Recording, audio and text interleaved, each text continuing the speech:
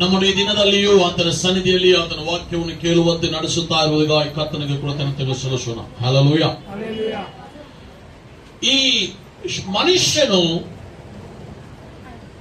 ವಸ್ತ್ರವನ್ನು ಹಾಕ್ಲಿಕ್ಕೆ ಪ್ರಾರಂಭ ಮಾಡಿದ್ದು ಎಲ್ಲಿ ಅಂತ ಗೊತ್ತ್ರಿ?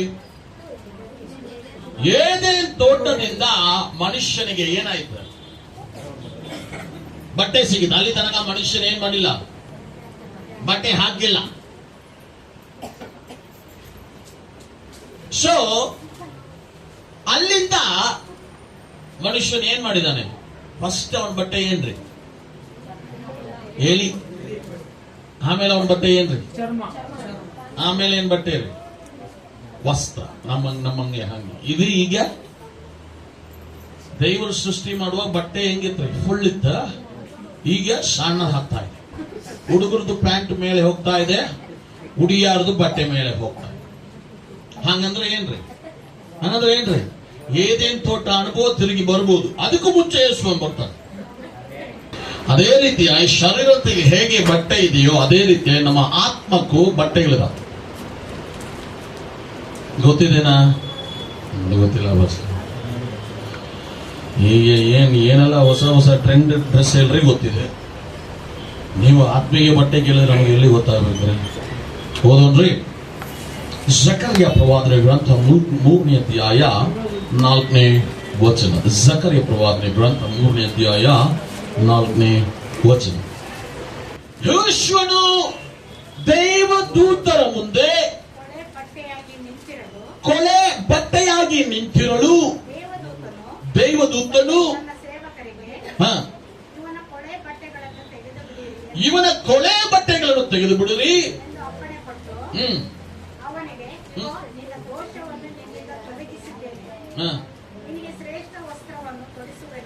ನಿನ್ನ ದೋಷವನ್ನು ತೊಳೆದು ನಿನಗೆ ಶ್ರೇಷ್ಠ ವಸ್ತ್ರವನ್ನು ತೊಡಿಸುವೆನು.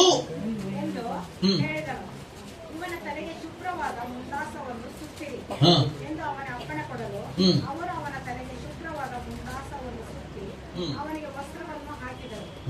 ಆಗ ಯೆಹೋವನ ದೂತನು ಎದ್ದು ನಿಂತನು ಮತ್ತು ಯೆಹೋವನ ದೂತನು ಯೆಹೋಶುವನಿಗೆ ಈ ಮಾತು ಕೊಟ್ಟನು.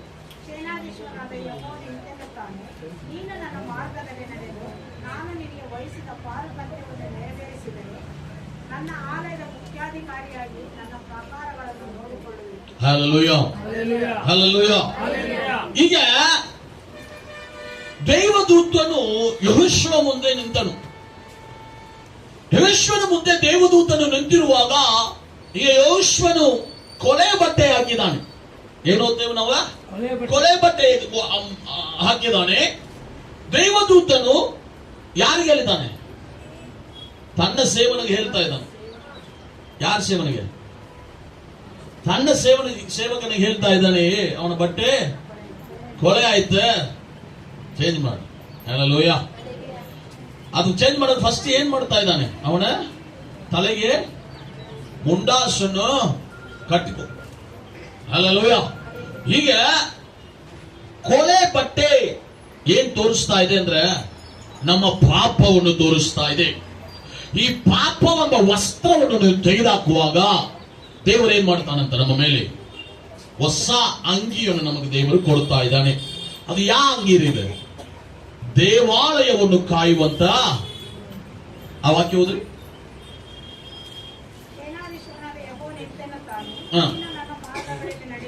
ನೀನು ನನ್ನ ಮಾರ್ಗದಲ್ಲಿ ನಡೆದು ನಾನು ನಿನಗೆ ವಹಿಸಿದ ಪಾರುಪತ್ಯವನ್ನು ನೆರವೇರಿಸಿದರೆ ನನ್ನ ಆಲಯದ ಮುಖ್ಯಾಧಿಕಾರಿಯಾಗಿ ನನ್ನ ಪ್ರಾಕಾರಗಳನ್ನು ನೋಡಿಕೊಳ್ಳು. ಈಗ ಈ ಆಲಯದ ಮುಖ್ಯಾಧಿಕಾರಿ ಯಾರ್ರಿ? ಪಾಸ್ಟರ್. ಹಂಗಂದ್ರೆ ಅರ್ಥ ಏನ್ರಿ? ಏನ್ ಮಾಡ್ತಾನಂತ ದೇವರು? ನಮ್ಮನ್ನು ದೇವರ ಸೇವಕನಂದ ವಸ್ತ್ರವನ್ನು ಧರಿಸಿ ನಮ್ಮನ್ನು ಆತನ ಸೇವಕರಾಗಿ ದೇವರು ಮಾಡುತ್ತಾ ಇದ್ದಾನೆ. Hallelujah, hallelujah. ಯಾರಿಗೆ? ಎಲ್ಲರಿಗೂ. ಅದೇ ದೇವರು ಹೇಳ್ತಾ ಇದ್ದಾನೆ. ದೇವದೂತನು ಅವನಿಗೆ ಹೇಳ್ತಾ ಇದ್ದಾನೆ, ನೀ ಹಾಕಿರುವ ಕೊಳೆ ಅಂಗಿಯನ್ನು ತೆಗಿ.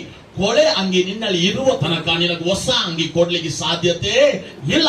ನಮ್ಮಲ್ಲಿ ಇರುವ ಕೊಳೆಯಾದ ವಿಷಯ, ನಮ್ಮಲ್ಲಿರುವ ಹಳೆಯ ಪಾಪಗಳು ನಮ್ಮಿಂದ ಹೋಗುವ ತನಕ ದೇವರು ನಮ್ಮನ್ನು ಯಾಜಕನ ಸ್ತುತಿಯಲ್ಲಿ ನಿಲ್ಲಿಸುವುದೇ ಇಲ್ಲ.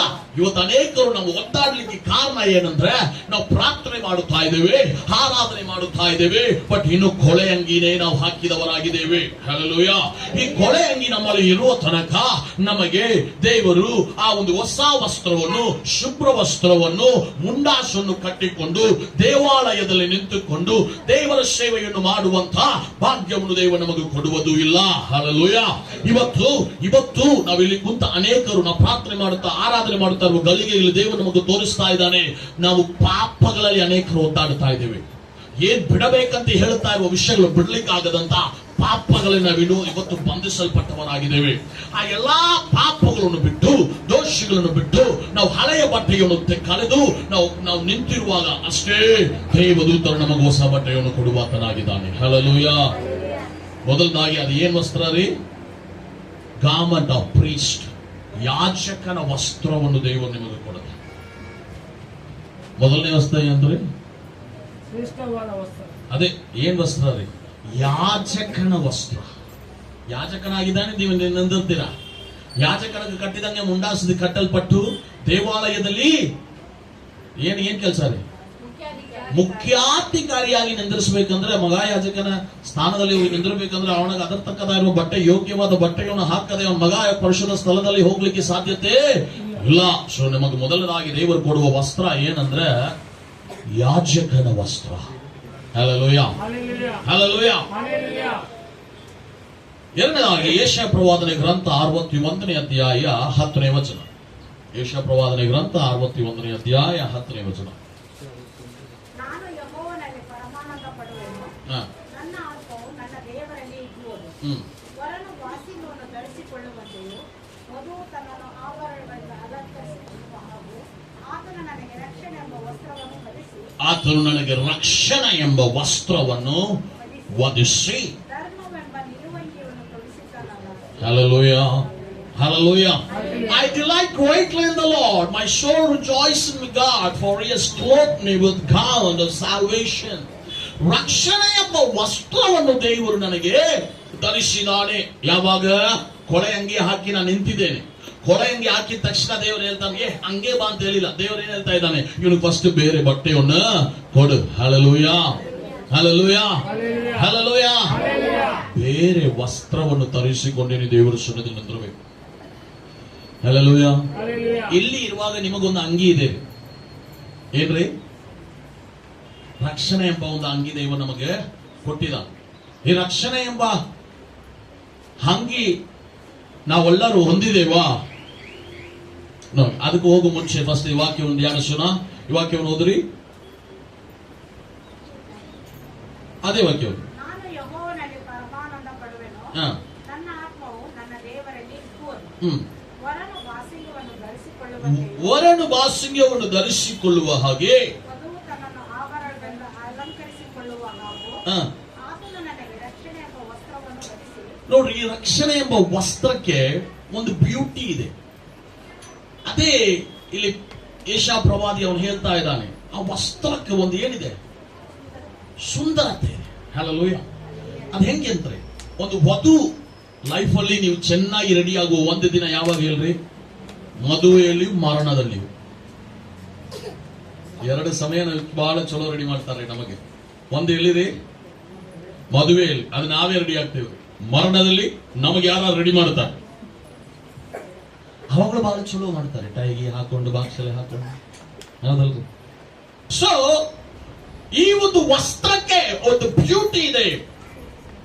ಅದು ಬಹಳ ರಮ್ಯವಾದ ವಸ್ತ್ರ. ನಿಮ್ಮ ಕಣ್ಣಿಗೆ ಕಾಣ್ತಾ ಇಲ್ಲ, ಬಟ್ ಶೈತಾನ ಗೊತ್ತಿದೆ ಇವರ ಮೇಲೆ ರಕ್ಷಣೆ ಇದೆ ಅಂತ. ಯಾರು ಗೊತ್ತಿದೆ? ಶೈತಾನನಿಗೆ ಗೊತ್ತಿದೆ. ಹಲ್ಲೆಲೂಯಾ. ಅದಕ್ಕೆ ಇವತ್ತು ನಾವು ಪ್ರಾರ್ಥನೆ ಮಾಡ್ತೇವೆ ಅಂತ ಹೇಳಿದ ತಕ್ಷಣ ಜನರು ಬಹಳ ಹೆದರ್ತಾರೆ. ಯಾಕೆ ಹೇಳ್ರಿ? ಇವರು ಸೆಪರೇಟ್ ಇದ್ದಾರೆ, ಇವರು ನೋಡ್ಲಿಕ್ಕೆ ಬೇರೆ ಇದ್ದಾರೆ, ಇವರು ಪ್ರಾರ್ಥನೆ ಮಾಡಿ ಏನೋ ಹಾಕ್ತಾರೆ. ಹಲ್ಲೆಲೂಯಾ. ಸೊ ನಮಗೆ ದೇವರು ರಕ್ಷಣೆ ಎಂಬ ವಸ್ತ್ರವನ್ನು ಧರಿಸಿದನು. ಯಾವಾಗ ನಮಗೆ ರಕ್ಷಣೆ ವಸ್ತ್ರ ಆತ್ರಿ? ದೀಕ್ಷಾ ಸ್ನಾನ ಮಾಡುವಾಗ. ಯೇಸು ಸ್ವಾಮಿ ಅದಕ್ಕೆ ಏನ್ ಮಾಡ್ತಾನ್ರಿ? ದೀಕ್ಷಾ ಸ್ನಾನ ಹೊಂದಿಕೊಡ. ಮತ್ತಿ ಬರೆದ ಸುವಾರ್ತೆ 3ನೇ ಅಧ್ಯಾಯ 10ನೇ ವಚನದಲ್ಲಿ ನಾವು ಯೇಸು ಸ್ವಾಮಿ ದೀಕ್ಷಾ ಸ್ನಾನ ತಗೊಳ್ಳೋದು ನಾವು ನೋಡ್ತಾ ಇದ್ದೇವೆ. ತೆಗಿರಿ ಆ ಒಂದು ಪ್ಯಾಸೇಜ್ 3:15.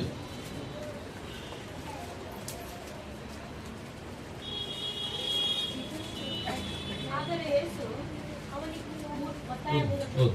ಆದರೆ ಯೇಸು ಅವನಿಗೆ ಸದ್ಯಕ್ಕೆ ಒಪ್ಪಿಕೋ, ಹೀಗೆ ನಾವು ಎಲ್ಲಾ ಧರ್ಮವನ್ನು ನೆರವೇರಿಸತಕ್ಕದಾಗಿದ್ದೇವೆ ಎಂದು ಹೇಳಿದಾಗ ಅವನು ಒಪ್ಪಿಕೊಂಡನು. ಯೇಸು ಸ್ನಾನ ಮಾಡಿಸಿಕೊಂಡ ಕೂಡಲೇ ನೀರಿನಿಂದ ಮೇಲಕ್ಕೆ ಬರಲು ಇಗೋ, ಆತನಿಗೆ ಆಕಾಶವು ತೆರೆಯಿತು. ನೋಡಿ, ಇದು ರಕ್ಷಣೆ ವಸ್ತ್ರ. ಹೌದು, ಆಕಾಶವು ತೆರೆಯಿತು. ಆಕಾಶ ತೆರೆಯಿತು ಮತ್ತು ದೇವರ ಆತ್ಮ ಹಾ. ಪಾರಿವಾಳದ ಹಾಗೆ ಇಳಿದು ದೇವರ ಆತ್ಮ ಅವರ ಮೇಲೆ ಇಳಿದು ಬಂತು. ಸೊ ನೀವು ರಕ್ಷಣೆ ಆಗುವಾಗ ಏನಾಗುತ್ತೆ ರೀ? ನಿಮಗೆ ಹೊಸ ಅಂಗಿ ಸಿಕ್ಕುತ್ತೆ. ಹೇಗೆ ಸಿಕ್ಕುತ್ತೆ? ಪರಿಶುದ್ಧ ಆತ್ಮನ ಮೂಲಕವಾಗಿ ನಿಮಗೆ ಹೊಸ ವಸ್ತ್ರ ಸಿಗ್ತಾ ಇದೆ. ಹಲ್ಲೆಲೂಯ. ಯೇಸು ಸ್ವಾಮಿಗೆ ಸಿಕ್ಕಿದೆ ಅಂದ್ರೆ ನಿಮಗೂ ನನಗೂ ಸಿಗ್ಲೇಬೇಕು. ಸೊ ನಮಗೂ ನಾವು ದೀಕ್ಷಾಸ್ನಾನ ತಗೊಂಡು ನೀರಿನಿಂದ ನಾವು ಹೇಳುವಾಗ ಏನಾಗ್ತಾ ಇದೆ? ಏನಾಗ್ತಾ ಇದೆ? ಹೊಸ ಬಟ್ಟೆ, ರಕ್ಷಣೆ ಎಂಬ ಬಟ್ಟೆ ಪವಿತ್ರಾತ್ಮನ ಮೂಲಕವಾಗಿ ನಮಗೆ ಸಿಗ್ತಾ ಇದೆ. ಹಲ್ಲೆಲೂಯ. ಮತ್ತೆ ಯೇಸು ಸ್ವಾಮಿಯನ್ನು ನಂಬುವಾಗಲೇ ನಿಮ್ಮಲ್ಲಿ ರಕ್ಷಣೆ ಆಗುತ್ತೆ. ಯೇಸು ಸ್ವಾಮಿ ದೇವರ ಆತನ ಬಿಟ್ಟು ಬೇರೆ ದೇವರಲ್ಲ, ಆತನ ನನಗಾಗಿ ಸತ್ತು ಪುನರುತ್ಥಾನ ಹೊಂದಿ ಆತನು ತಿರುಗಿ ಬರುತ್ತಾ ಇದ್ದಾನೆ, ಬಂದು ನನ್ನನ್ನು ದೇವರ ರಾಜ್ಯದಲ್ಲಿ ಸೇರಿಸುತ್ತಾನಂತ ನಂಬಿಕೆ ನಿಮಗೆ ಇರುವುದಾದ್ರೆ ನಿಮಗೆ ರಕ್ಷಣೆ ಆಗಿದೆ. ಹಲ್ಲೆಲೂಯ. ಸೊ ಈ ರಕ್ಷಣೆ ಆಗಿದೆ ಅಂದ್ರೆ ನೀವು ಕ್ರಿಸ್ತನನ್ನು ಧರಿಸಿಕೊಂಡವರಾಗುತ್ತೀರಾ. ಹಲ್ಲೆಲೂಯ. ಮೊದಲನೇ ವಸ್ತ್ರ ಏನ್ ವಸ್ತ್ರ ರೀ? ಯಾಜಕನ ವಸ್ತ್ರ.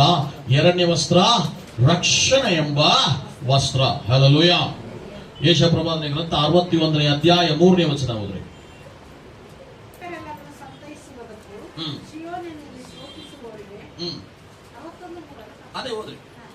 ಬೂದಿಗೆ ಬದಲಾಗಿ ಹಾ. ಶಿರೋಭೂಷಣ, ಹಾ. ದುಃಖವಿದ್ದಲ್ಲಿ ಆನಂದ ತೈಲ, ಮುಂದಿನ ಮನಕ್ಕೆ ಪ್ರತಿಯಾಗಿ ಉತ್ಸಾಹ ಸ್ತೋತ್ರದ ವಸ್ತ್ರ. ಏನ್ ವಸ್ತ್ರ? ಉತ್ಸಾಹ ಸ್ತೋತ್ರದ ವಸ್ತ್ರ. ರಕ್ಷಣೆ ಆತಲ್ಲ, ರಕ್ಷಣೆ ಆದ ಮೇಲೆ ನಿಮಗೊಂದು ವಸ್ತ್ರ ಬೇಕು. ಏನ್ ವಸ್ತ್ರ ರೀ? ಉತ್ಸಾಹದ ಸ್ತೋತ್ರದ ವಸ್ತ್ರ. ಹಲ್ಲೆಲೂಯ. ಗಾರ್ಮೆಂಟ್ ಆಫ್ ಪ್ರೈಸ್, ಸ್ತುತಿಯ ವಸ್ತ್ರ ಇಟ್ಕೋಬಹುದು ನಾವು. ಗಾರ್ಮೆಂಟ್ ಆಫ್ ಪ್ರೈಸ್, ಉತ್ಸಾಹದಿಂದ ಸ್ತುತಿ ಮಾಡುತ್ತಾ ನಮಗೊಂದು ವಸ್ತ್ರ ಇದೆ. ಹಲ್ಲೆಲೂಯ. ಇವೆಲ್ಲ ಕಣ್ಣಿಗೆ ಕಾಣ್ತಾ ಇಲ್ಲ. ಕಾಣುವ ವಸ್ತ್ರ ಎಲ್ಲ ಎಲ್ಲಿದೆ? ನಮ್ಮ ಮನೆಯಾಗ ಶೆಲ್ಫ್ ಅಲ್ಲಿ ಕಬಡಲ್ಲಿ ಇದೆ. ಬಟ್ ನೋಡದೆ ವಸ್ತ್ರ ನಮ್ಮದಿದೆ. ಒಂದು ಯಾಚಕನ ವಸ್ತ್ರ, ಎರಡನೇದಾಗಿ ರಕ್ಷಣೆಯ ವಸ್ತ್ರ, ಮೂರನೇದಾಗಿ ಉತ್ಸಾಹದ ಸ್ತೋತ್ರದ ವಸ್ತ್ರ. ಅದೇ ಮೇನ್ ಗಾರ್ಮೆಂಟ್ ಆಫ್ ಪ್ರೈಸ್. ಏನ್ ವಸ್ತ್ರ? ಗಾರ್ಮೆಂಟ್ ಆಫ್ ಪ್ರೈಸ್, ಸ್ತುತಿಯ ವಸ್ತ್ರ. ಯಾವಾಗಲೂ ಕರ್ತನನ್ನು ಸ್ತುತಿಸುತ್ತಾನೆ ಇರಬೇಕು. ಅಲ್ಲವೇ? ಎದಕ್ಕೆ ಸ್ತುತಿಸ್ತಾನೆ ಇರಬೇಕು? ನಾವು ರಕ್ಷಣೆ ಹೊಂದಿದ್ದೇವಲ್ಲ, ರಕ್ಷಣೆ ಹೊಂದಿದ ಆದ ಮೇಲೆ ವಾಕ್ಯ ತಿರುಗಿ ಹೋದ್ರಿ 3ನೇ ವಚನ. ದುಃಖಿತರೆಲ್ಲರನ್ನು ಸಂತೈಸುವುದಕ್ಕೂ ದುಃಖಿದವರೆಲ್ಲರನ್ನೂ ಸಂತೈಸುತ್ತಾನೆ. ನೀವು ದುಃಖವಾಗಿದ್ದರೆ ದೇವರು ನಿಮ್ಮನ್ನು ಸಂತೈಸುತ್ತಾನೆ. ಮತ್ತೆ ಸಿಯೋನಿನಲ್ಲಿ ಶೋಕಿಸುವವರಿಗೆ ಹಾ, ಬೂದಿಗೆ ಬದಲಾಗಿ ಬೂದಿಗೆ ಬದಲಾಗಿ ಶಿರೋಭೂಷವು, ದುಃಖವಿದ್ದದಲ್ಲಿ ಆನಂದ ತೈಲ. ನಿಮ್ ದುಃಖವಾಗಿದ್ದೀರಾ, ದೇವರು ನಿಮ್ಮನ್ನು ಆನಂದವಾಗಿ ಸಂತೋಷವಾಗಿ ಮಾಡುತ್ತಾನೆ. ಹಲ್ಲೆಲೂಯ. ಮತ್ತೆ ಕುಂದಿದ ಮನೆಗೆ ಪ್ರತಿಯಾಗಿ ಉತ್ಸಾಹ ಸ್ತೋತ್ರದ ವಸ್ತ್ರ. ಹಲ್ಲೆಲೂಯ. ಈಗ ರಕ್ಷಣೆ ಎಂಬ ವಸ್ತ್ರವನ್ನು ಧರಿಸಿಕೊಂಡ ನಾವು, ದೇವರು ಹೇಳ್ತಾ ಇದ್ದಾರೆ ನಿಮ್ಮಲ್ಲಿ ರಕ್ಷಣೆ ವಸ್ತ್ರ ಇದೆ, ಅದಕ್ಕೆ ನೀವು ಯಾವಾಗ್ಲೂ ಏನ್ ಮಾಡ್ಬೇಕ್ರಿ? ಕರ್ತನನ್ನು ಸ್ತುತಿಸುತ್ತಾ ಸ್ತುತಿಯ ವಸ್ತ್ರವನ್ನು ಧರಿಸಿಕೊಳ್ಳಿರಿ. ಹಲ್ಲೆಲೂಯ. ಹಲ್ಲೆಲೂಯ. ಹಲ್ಲೆಲೂಯ. ಮುಖ ಸಪ್ಪಗಿಡಬೇಡ್ರಿ. ಮುಖ ಸಪ್ಪಗಿಡಬೇಡ್ರಿ. ಏನು ಆಸ್ತಿ ಎಲ್ಲ ಮುಳುಗಿ ಹೋದಂಗೆ. ಹಲ್ಲೆಲೂಯ. ಆಸ್ತಿ ಎಲ್ಲ ಎಲ್ಲಿದೆ ರೀ? ಪರಲೋಕದಲ್ಲಿದೆ. ಹಲ್ಲೆಲೂಯ. ಇಲ್ಲಿ ನಾವು ಬಂಗಾರ ಮಾಡ್ಲಿ, ಇಲ್ಲಿ ನಾವು ಬಂಗ್ಲೋ ಮಾಡ್ಲಿ, ಇಲ್ಲಿ ನಾವು ಫ್ಲೈಟ್ ಅಲ್ಲಿ ಅಡ್ಡಾಡ್ಲಿ, ಇಲ್ಲಿ ಜೆಟ್ ಪ್ಲೇನ್ ನ ತಗೊಳ್ಳಿ, ಯಾವುದು ಬರಂಗಿಲ್ಲ. ಸತ್ರೆ ಮುಗೀತು. ಹಲ್ಲೆಲೂಯ. ಬಟ್ ನಾವು ಪಡೆದುಕೊಂಡಿರುವ ಈ ರಕ್ಷಣೆ ಎಂಬ ವಸ್ತ್ರ ನಮ್ಮನ್ನು ಪರಲೋಕ ರಾಜ್ಯದಲ್ಲಿ ಸೇರಿಸುತ್ತೆ. ಹಲ್ಲೆಲೂಯ. ನಾವು ಪಡೆದುಕೊಂಡಿರುವ ಈ ಒಂದು ಯಾಜಕನ ವಸ್ತ್ರ ಕರ್ತನ ಸನ್ನಿಧಿಯಲ್ಲಿ ನಿಲ್ಲುವಂತೆ ನಮಗೆ ಕೃಪೆಯನ್ನು ಮಾಡುತ್ತೆ. ಹಲ್ಲೆಲೂಯ. ನಾವು ಈ ಒಂದು ಸ್ತುತಿಯ ವಸ್ತ್ರವನ್ನು ಧರಿಸಿಕೊಂಡವರಾಗಿ ಕರ್ತನನ್ನು ಯಾವಾಗಲೂ ಸ್ತುತಿಸುತ್ತಾ, ಕರ್ತನನ್ನು ಯಾವಾಗಲೂ ಘನಪಡಿಸುತ್ತಾ ಇದ್ದರೆ, ನೀವು ಪಡೆದುಕೊಂಡ ರಕ್ಷಣೆಯ ವಸ್ತ್ರಕ್ಕೆ ಏನಿದೆ? ರಕ್ಷಣೆ ವಸ್ತ್ರಕ್ಕೆ ಒಂದು ಗೌರವತೆ ಇದೆ. ಯೇಸುಸ್ವಾಮಿ ನಂಬಿ ದೀಕ್ಷಾಸ್ನಾನ ತಗೊಂಡು ಪ್ರಾರ್ಥನೆ ಮಾಡುವ ಜನರು ನಾವು ಯಾವಾಗ್ಲೂ ಹೆಂಗಿರ್ಬೇಕಂದ್ರೆ ಉತ್ಸಾಹವಾಯಿರಿ, ಸಂತೋಷವಾಯಿರಿ, ನಗಿತಾನೇ ಇರಿ. ಹಲ್ಲೆಲೂಯ. ನೀವು ನಗಿತಾ ಇದ್ರೆ ಶೈತಾನ್ ನಿಮ್ಮನ್ನು ಬಿಟ್ಟು ಓಡುತ್ತಾನ್ರಿ. ಅವನು ಗೊತ್ತಾಗುತ್ತೆ, ಇವ್ರು ಯಾವಾಗಲೂ ನಗಿತಾರೆ, ಏನು ಮಾಡಕ್ ಬರುದಿಲ್ಲ ಬಿಡ. ಹಲ್ಲೆಲೂಯಾ. Hallelujah. ನಾಗಿ ಅಂತೆಲ್ಲ ಹಾಕಿ ನಗಿತಾರೋ, ನಮ್ಮ ನೋಡಿ ಬೈತಾರೋ, ಬಹಳ ಡೀಸೆಂಟ್ ಆಗಿ ನಗಿತಾರೆ. ಬಾಯ್ ಜೋರ ಬಾಯಿ ತೆಗಿದು ನಗಿರಿ. ಹಲ್ಲೆಲೂಯಾ. Hallelujah. ಹಲ್ಲೆಲೂಯಾ. ದೇವ್ರ ವಾಕ್ಯದಲ್ಲಿ ಬಾಯಿ ತೆರ, ನನ್ನ ಬಾಯಿ ತುಂಬ್ತೇನೆ. ಪ್ರಾರ್ಥನೆ ಮಾಡುವಳು ಪ್ರಾರ್ಥನೆ ಮಾಡಿದ್ರು ತೆಗಿಯಂಗಿಲ್ಲ, ಸೊಳ್ಳೆ ಹೋದ್ರೆ ಅಷ್ಟೇ ತೆಗಿಯು, ಎದಕ್ಕೂ ಬಾಯಿ ತೆಗಿಯಂಗಿಲ್ಲ. ಪ್ರಾರ್ಥನೆ ಮಾಡಿ ಜೋರ ಮಾಡಿ, ಹಾಡ ಈಗ ನಾಗಿ ಬೈ ಅದು ಬರುದು. ನಾ ಫಸ್ಟ್ ಬರ್ತೇನೆ ಭಯ ಜೋರ. ಅವಾಗ ಗಂಟ್ಲ ಓಪನ್ ಆಗ್ತತೆ, ಅವಾಗ ಜ್ವರ ಇರಂಗಿಲ್ಲ, ಅವಾಗ ಏನ್ ರೋಗ ಇರಂಗಿಲ್ಲ. ಯಾರಾದ ಈಗ ಜಗಳಕ್ಕೆ ಬರ್ಲಿರಿ, ಒಂದು ಹೊಸ ಸ್ಪಿರಿಟಿ ನಮಗ್ ಬರ್ತದೆ. ಎಷ್ಟು ಆರಾಮರಾದ ಹೊಡ್ಯಾಕ ಹೋಗಿ ಜಗಳಕ್ಕೆ ಹೋಗ್ತೇವೆ, ಅದೊಂದು ಸ್ಪಿರಿಟ್, ಅದೊಂದು ದುರಾತ್ಮ ನಿಮ್ಮಲ್ಲಿದೆ. ಪ್ರಾರ್ಥನೆ ಮಾಡಿ ಬಾಯಿ ಇಲ್ಲ, ಹುಡುಕಿ ಎಲ್ಲದಕ್ಕೆ ಬಾಯಿ. ಪ್ರಕಟಣೆ 19ನೇ ಅಧ್ಯಾಯ 7 ಮತ್ತು 8ನೇ ವಚನ. ಆತನ ವಿವಾಹ ಕಾಲವು ಬಂತು. ಆತನಿಗೆ ವಿವಾಹವಾಗುವ ಕನ್ಯೆ ತನ್ನನ್ನು ಸಿದ್ಧ ಮಾಡಿಕೊಂಡಿದ್ದಾನೆ. ಸಂತೋಷ ಪಡೋಣ, ಹರ್ಷಪಡೋಣ, ಆತನನ್ನು ಘನಪಡಿಸೋಣ ಎಂದು ಹೇಳಿದರು. ಪ್ರಕಾಶಮಾನವು ನಿರ್ಮಲವೂ ಆದ ನಯವಾದ ನಾರುಮಡಿಯನ್ನು ಧರಿಸಿಕೊಳ್ಳುವುದಕ್ಕೆ ಆಕೆಗೆ ಅನುಗ್ರಹವಾಯಿತು. ಆ ನಾರುಮಡಿ ಅಂದರೆ ದೇವಜನರ ಸಂಸ್ಕಾರಗಳೇ. ಇದಲ್ಲದೆ ಅವನು ನನ್ನ ಸಂಗಡ ಮಾತಾಡುತ್ತಾ ಯಜ್ಞದ ಕುರಿಯಾದಾತನ ವಿವಾಹದ ಔತಣಕ್ಕೆ ಧರಿಸಿಕೊಂಡವರು ಧನ್ಯರು ಎಂಬುದಾಗಿ ಬರೆ ಎಂದು ನನಗೆ ಹೇಳಿದರು. ಇಲ್ಲಿ ನೀವು ಕೇರ್ಫುಲ್ ಆಗಿದೆ, ನೀವು ಓದಿದ್ರೆ ಅಷ್ಟೇ ನಿಮ್ಗೆ ಅರ್ಥ ಆಗುತ್ತಲ್ಲ. ಸೊ ಈ ತಿರುಗಿ ಸ್ಲೋಲಿ ಓದ್ರಿ ಸಿಸ್ಟರ್, ನಾವು ಒಂದೊಂದಾನೆ ಎಕ್ಸ್ಪ್ಲೇನ್ ಮಾಡ್ತೀವಿ. ಯಜ್ಞದ ಕುರಿಯಾದಾತನ ವಿವಾಹ ಕಾಲವು ಬಂತು. ಯಜ್ಞದ ಕುರಿಮರಿಯಾದ ವಿವಾಹ ಕಾಲ ಬಂತು. ಯಾರ ವಿವಾಹ? ಯಜ್ಞದ ಕುರಿಮರಿಯಾದವನು. ಹಂಗಂದ್ರೆ ಮದುವೆ ಅಲ್ಲ, ಯೇಸು ಸ್ವಾಮಿ ಬರುವಣೆಯ ಸಮಯ ಬಂತು. ಮಾತ್ರ ಆತನಿಗೆ ವಿವಾಹವಾಗುವ ಕನ್ಯೆ ತನ್ನನ್ನು ಸಿದ್ಧ ಮಾಡಿಕೊಂಡಿದ್ದಾಳೆ. ಹೆಂಗ ಸಿದ್ಧವಾಗಿದೆ ಅಂತ? ಯಾರ್ರಿ? ಮದುವೆಗೆ ಕನ್ಯೆ ರೆಡಿ ಆಗಿದೆ. ಕನ್ಯೆ ಯಾರ್ರಿ? ನೀವು, ನಾವು, ಸಭೆ, ನಾವು ರೆಡಿ ಆಗಿದ್ದೇವೆ. ಹೆಂಗ್ ರೆಡಿ ಆಗಿದ್ದೇವೆ? ಹೌದು, ಸಂತೋಷ ಪಡೋಣ, ಹರ್ಷಗೊಳ್ಳೋಣ, ಆತನನ್ನು ಘನಪಡಿಸೋಣ ಎಂದು ಹೇಳಿದರು. ಪ್ರಕಾಶಮಾನವು ನಿರ್ಮಲವು ಏನೆಲ್ಲ ಬೇಕ್ರಿ ನಿಮಗ? ಇದೆಲ್ಲ ನಾವು ಧರಿಸ್ಕೋಬೇಕ್ರಿ. ಏನ್ರಿ? ಪ್ರಕಾಶಮಾನವು ನಿರ್ಮಲವು ಆದ ನಯವಾದ ನಾರ್ಮಡಿಯನ್ನು ಧರಿಸಿಕೊಳ್ಳುವುದಕ್ಕೆ ಆಕೆಗೆ ಅನುಗ್ರಹಿಸೋಣವಾಯಿತು. Hallelujah, hallelujah. ನಿಮಗೂ ನನಗೂ ಒಂದು ಅನುಗ್ರಹ ಸಿಕ್ಕಿತ್ತು, ಇದೆಲ್ಲ ಧರಿಸಿಕೊಳ್ಳುವಂತೆ. ಎದಕ್ಕೂ ಯೋಗ್ಯತೆ ಇಲ್ಲ. ಯೋಶುವ ಹೆಂಗ ನಿಂತಾನ್ರಿ? ಕೊಳೆ ಬಟ್ಟೆ ಹಾಕೊಂಡು ನಿಂತಾನೆ. ಬಟ್ ಲಾಸ್ಟ್ ಸ್ಥಿತಿ ಎಂತ ಸ್ಥಿತಿ ರೀ? ಅವನು ಯಾರಿಗೆ ರೆಡಿ ಆಗಿದ್ದಾನೆ? ಸಿದ್ಧವಾಗಿದ್ದಾನೆ. ಹಲ್ಲೆಲೂಯಾ. ನೀವು ನಾನು ಸಿದ್ಧವಾಗುವಂತೆ ದೇವರು ನಮಗೆ ಕೊಟ್ಟಿದ್ದಾನೆ. ತಿರುಗಿ ವಾಕ್ಯ ಓದೋಣ್ರಿ, 8ನೇ ವಚನ. ಪ್ರಕಾಶಮಾನವು. ಅವನು ಫಸ್ಟ್ ಹೆಂಗಿದಾನ್ರಿ? ಕೊಳೆ ಬಟ್ಟೆ ಹಾಕಿದವನಾಗಿದ್ದಾನೆ. ಈಗ ಕೊಳೆ ಬಟ್ಟೆ ಹಾಕಿದವನಿಗೆ ಈಗ ಏನ್ ಸಿಗ್ತಾ ಇದೆ? ಪ್ರಕಾಶಮಾನವು ನಿರ್ಮಲವು ನಯವಾದ ನಾರುಮಡಿಯನ್ನು ಧರಿಸಿಕೊಳ್ಳುವುದಕ್ಕೆ ಆಕೆಗೆ ಅನುಗ್ರಹಿಸೋಣವಾಗಿತ್ತು. Hallelujah, hallelujah. Garment of bride, ಮೊದಲ ಗೀತೆಯ ವಸ್ತ್ರ ದೇವರು ನಿಮಗೂ ನನಗೂ ಕೊಡ್ತಾ ಇದ್ದಾನೆ. ಹಲ್ಲೆಲೂಯಾ. ಕರ್ತನ ಮೊದಲಿಂಗನು ಬರುತ್ತಾ ಇದ್ದಾನೆ. ಮೊದಲ ಗೀತೆಯಾಗಿ ಸಭೆಯಾಗಿ ನೀವು ನಾವು ಸಿದ್ಧವಾಗುವಂತೆ ದೇವರು ನಮ್ಮನ್ನು ಕರೀತಾ ಇದ್ದಾನೆ. ಹಲ್ಲೆಲೂಯಾ. ಫಸ್ಟ್ ಕೊಳೆ ಬಟ್ಟೆ ಇತ್ತು. ಆ ಕೊಳೆ ಬಟ್ಟೆಯನ್ನು ತೆಗೆದು ದೇವರು ರಕ್ಷಣೆಯ ವಸ್ತ್ರ ಧರಿಸಿದ್ದಾನೆ. ಆ ರಕ್ಷಣೆ ಬಟ್ಟೆ ರಕ್ಷಣೆಯ ವಸ್ತ್ರವನ್ನು ಧರಿಸಿಕೊಂಡ ನಾವು ನೀವೇನಾಗುವುದ್ರಿ? ಸ್ತುತಿಯ ವಸ್ತ್ರ ಧರಿಸಿಕೊಳ್ಳಬೇಕು. ಸ್ತುತಿಯ ವಸ್ತ್ರವನ್ನು ನೀವು ಧರಿಸಿಕೊಳ್ಳುವುದಾದರೆ ಮೊದಲ ಗೀತೆಯ ವಸ್ತ್ರವನ್ನು ದೇವರು ನಿಮಗೆ ಉಡಿಸುತ್ತಾನೆ. Hallelujah, hallelujah, hallelujah. ನಿಮಗೆ ಇವತ್ತು ನಾನು ನಿಮಗೆ 4 ವಸ್ತ್ರ ನಿಮಗೆಲ್ಲರಿಗೂ ಕೊಡಿಸಿದೆ. ಹೌದಲ್ರಿ? ಇಲ್ಲ ಕೊಟ್ಟೇನಲ್ಲ? ಎಷ್ಟು ವಸ್ತ್ರ ರೀ? 4 ವಸ್ತ್ರ. ಮೊದಲನೇದಾಗಿ ಯಾಜಕನ ವಸ್ತ್ರ, ಎರಡನೇದಾಗಿ ರಕ್ಷಣೆ ಎಂಬ ವಸ್ತ್ರ, ಮೂರನೇದಾಗಿ ಅದು ಆಕ್ಚುಲಿ ಇಂಗ್ಲಿಷ್ ಅಲ್ಲಿ ಗಾರ್ಮೆಂಟ್ ಆಫ್ ಪ್ರೈಸ್, ಸ್ತುತಿಯ ವಸ್ತ್ರ. ಸ್ತುತಿಯ ವಸ್ತ್ರ. ನಾಲ್ಕನೇದಾಗಿ ಮೊದಲಗೀತೆಯ ವಸ್ತ್ರ. Hallelujah, hallelujah, hallelujah. ನಮ್ಮನ್ನು ದೇವರು ಆತನ ಮಹಿಮೆಯಿಂದ ದೇವರು ನಮ್ಮನ್ನು ತುಂಬಿದ್ದಾನೆ. ಆತನು ಬರುತ್ತಾ ಇದ್ದಾನೆ, ಮೊದಲಿಗನು ಬರುತ್ತಾನೆ. ಆತನು ಬರುವಣಿಗೆ ಸಿದ್ಧವಾಗೋಣ. ಮೊದಲಗೀತೆಯಾಗಿ ಪರಿಶುದ್ಧರಾಗಿ ಆತನಿಗಾಗಿ ಬಾಳುವಂತೆ ನಾವು ಪಡೆದುಕೊಂಡಿರುವ ಈ ರಕ್ಷಣೆಯನ್ನು ಕರ್ತನು ಬರುವಣ ತನಕ ನಾವು ಹಿಡಿದುಕೊಳ್ಳುವುದಾಗಿದ್ದರೆ ಈ ಒಂದು ವಸ್ತ್ರವನ್ನು ಧರಿಸಿಕೊಂಡು ಮಹಿಮೆಯಲ್ಲಿ ಆತನ ಕಾಣುವಂತೆ. ಹಲ್ಲೆಲೂಯಾ. ನನ್ನ ಒಂದು ಆಸೆ ಇದೆ, ಆತನ ಮಹಿಮೆಯಲ್ಲಿ ಬರುವಾಗ ನಾ ಆತನನ್ನು ಕಾಣಬೇಕು. Hallelujah, hallelujah. ಆ ಅನುಭವಕ್ಕಾಗಿ ತನಕಪಡಿ. ನಾ ಪ್ರತಿನಿತ್ಯ ಒಂದು ದಿನವೂ ನಾ ಇದು ಯೋಚನೆ ಮಾಡದೇ ಇರುವುದಿಲ್ಲ. ಪ್ರತಿದಿನವೂ ನಾ ಯೋಚನೆ ಮಾಡುತ್ತೇನೆ, ಆತನ ಮಹಿಮೆಯಲ್ಲಿ ಬರುತ್ತಾನೆ, ನಾನು ಆತನೊಟ್ಟಿಗೆ ಹೋಗುತ್ತೇನೆ. ಹಲ್ಲೆಲೂಯಾ. ಒಂದು ವೇಳೆ ನಾನು ನಿದ್ರೆ ಆಗಿರ್ಬೋದು, ಒಂದು ವೇಳೆ ನಾ ಎಚ್ಚರವಾಗಿರ್ಬೋದು, ಯಾಗವಾಗಿ ಹಿಂಗಾಗಿರಲಿ, ಬಟ್ ನನಗೆ ಗೊತ್ತಿದೆ ನನ್ನ ಮೊದಲಿಗನು ಬೇಗನೆ ಬರುತ್ತಾ ಇದ್ದಾನೆ.